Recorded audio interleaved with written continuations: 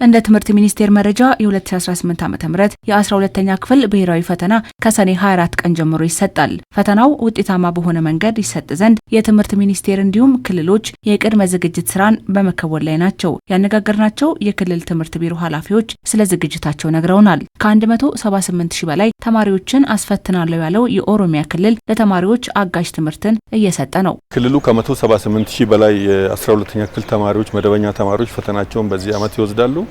እነዚህን ተማሪዎች ለማዘጋጀት ፖርሽን በጊዜ ከቨር እንዲደረግ ቱቶሪያል እንዲወስዱ የማምራ ስልጠናዎች እንዲኖሩ እነዚህ ዝግጅቶች ተደርጓል። ከሌላ ጊዜ የተሻለ ውጤት እንዲያስመዘግብ ጥረት እየተደረገ ነው ያለው። ፈተናውን በኦንላይን ለመስጠት የሚያስችሉ ዝግጅቶችንም አካሂዷል። ፖሲብል የሆኑ ኮንዲሽኖች ዝግ አይደለም ማለት ነው ለወረቀትም። ስለዚህ አብዛኛውን ግን እኛ የምንሄደው አብዛኛውን ተማሪ ኦንላይን ለመፈተን ነው።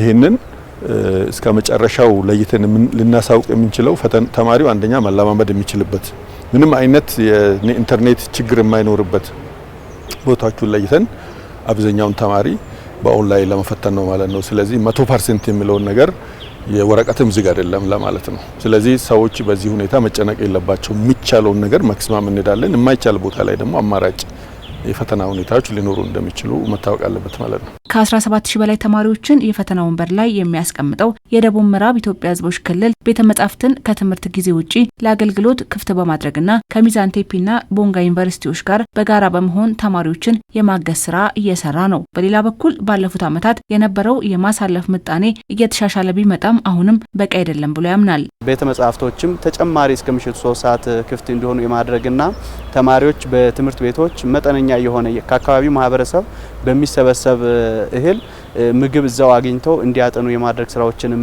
በክልላችን በጣም በልዩ ሁኔታ እየሰራን ያለ ነው።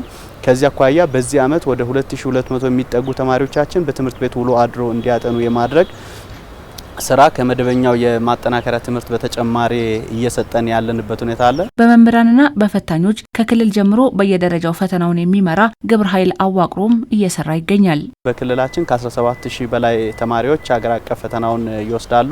ከነዚህም ውስጥ ወደ 11600 የሚጠጉት በኦንላይን ወይም በበየነ መረብ በአጠቃላይ ፈተናውን እንዲወስዱ፣ እነዚህ ማለት 67% የሚጠጉ ናቸው።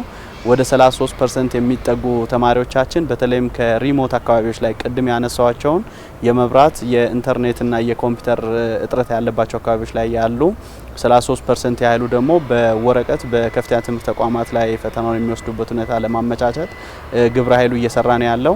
በተመሳሳይ የሶማሌ ክልል ፈተናው ውጤታማ ይሆን ዘንድ አበክር እየሰራው ነው። ከአምናው የተሻለ ውጤትም እጠብቃለሁ በሚል የተለያዩ ዝግጅቶችን አከናውኗል። እስካሁን ቴንታቲቭሊ ከ16000 በላይ ተማሪዎች ፈተና እንዲወሰዱ ይጥዳለን። ዘንድሮ ጥሩ ሂደት ላይ ነን።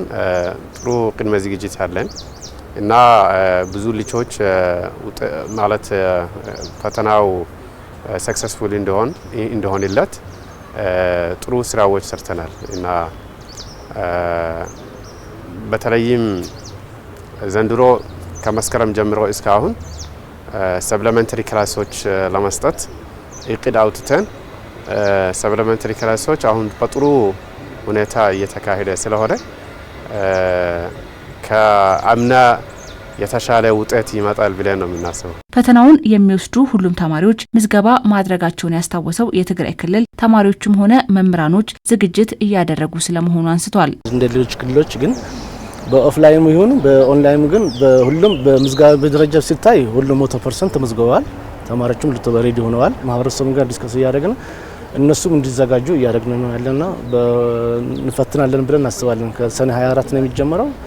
ለዛ ሬዲ ብለን እናስባለን። ተማሪዎቹ እንዲዘጋጁ ካለው ችግር ደግሞ እነዛ አስተማሪዎችም ኮሚትመንት ወስዶ ደግሞ እነዛ እንዲያዘጋጁ እየተሰራ ነው ያለ ስራ። ክልሎቹ በቀሪ ጊዜያት ተማሪዎችን ለፈተና ብቁ የሚያደርጉ ስራዎችን አጠናክረው እንደሚቀጥሉና የተሻለ ውጤት ለማስመዝገብ ጥረታቸውን እንደሚቀጥሉ አረጋግጠውልናል።